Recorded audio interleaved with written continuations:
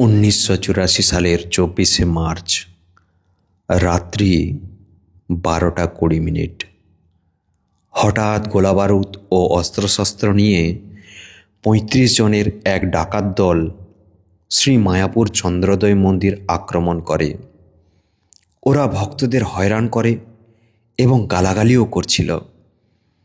পরিস্থিতি আরও ঘোরালো হয় যখন ওরা শ্রীল প্রভুপাদের এবং শ্রীমতী রাধারানীর বিগ্রহ অপহরণ করতে চেষ্টা করে। ভক্তরা নির্ভয়ে ডাকাতদের মোকাবিলা করতে এগিয়ে যান। শ্রীল প্রভুপাদ আর শ্রীমতী রাধারানীকে নিয়ে চলে যাবে, তারা কি তাতে নীরব দর্শক হয়ে থাকবেন? ডাকাতদের প্রতি গুলি ছোড়া হয়, কয়েকজন ডাকাত মারাও পড়ে। ওদের পরিকল্পনা ভেস্তে যায়। শ্রীল প্রভুপাদকে উদ্ধার করা গিয়েছিল, কিন্তু শ্রীমতী রাধারানীকে আর প্রধান বেদিতে বিদ্যমান দেখা গেল না। এই ঘটনা ভক্তদের মনকে সত্যিই খুব নাড়া দিয়েছিল। এর একটি স্থায়ী সমাধান করার জন্য বিশেষত পরিচালক মণ্ডলী খুবই চিন্তিত হয়ে পড়লেন। এটা মায়াপুরের ভক্তদের প্রতি প্রথম আক্রমণ নয়।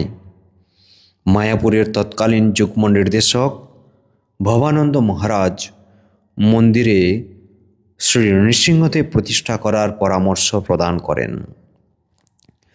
যোগপীঠের ভক্তদেরকে যখন ডাকাতরা হুমকি দিচ্ছিল, তখন শ্রীল ভক্তিবিনোদ ঠাকুর ও তার পুত্র শ্রীল ভক্তি সিদ্ধান্ত সরস্বতী ঠাকুর সত্বর শ্রী শ্রী লক্ষ্মী নৃসিংহদেব প্রতিষ্ঠা করেন।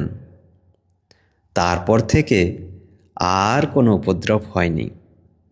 মায়াপুরের অন্যান্য ভক্তরা অবশ্য এইভাবে তাদের অনুকরণ করতে তেমন আগ্রহী ছিলেন না, কারণ পূজারীকে হতে হবে আজন্ম নৈষ্ঠিক ব্রহ্মচারী। নৃসিংহদেবের পূজা করতে হবে কঠোর নিষ্ঠা সহকারে। তার পুজো করতে কে প্রস্তুত আছে? এই সমস্ত আপত্তি থাকা সত্ত্বেও ভবানন্দ মহারাজ শ্রী শ্রী নৃসিংহদেবকে মায়াপুরে আনতে উৎসাহী ছিলেন।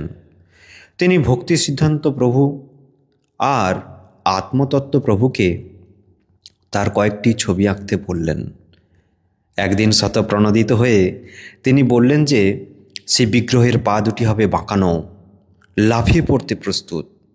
তিনি দেখতে হবেন হিংস্রভাবে এদিক ওদিক দেখছেন এমন।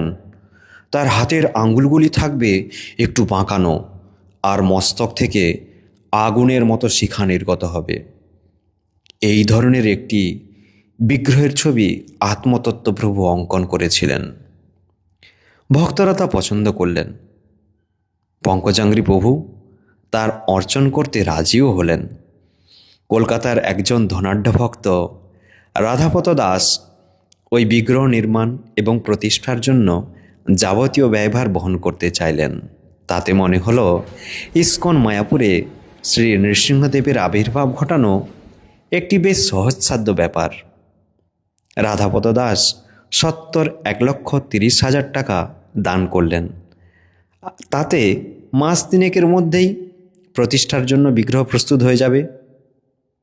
কিন্তু শুনে মনে হলো যেন নৃসিংহদেব 3 মাসেই উপস্থিত হয়ে যাবে। কিন্তু এত সহজে হয়নি। পরের অংশটি শোনার জন্য আমরা খুব তাড়াতাড়ি চেষ্টা করছি। আজ এই পর্যন্তই। জয় নৃসিংহদেব।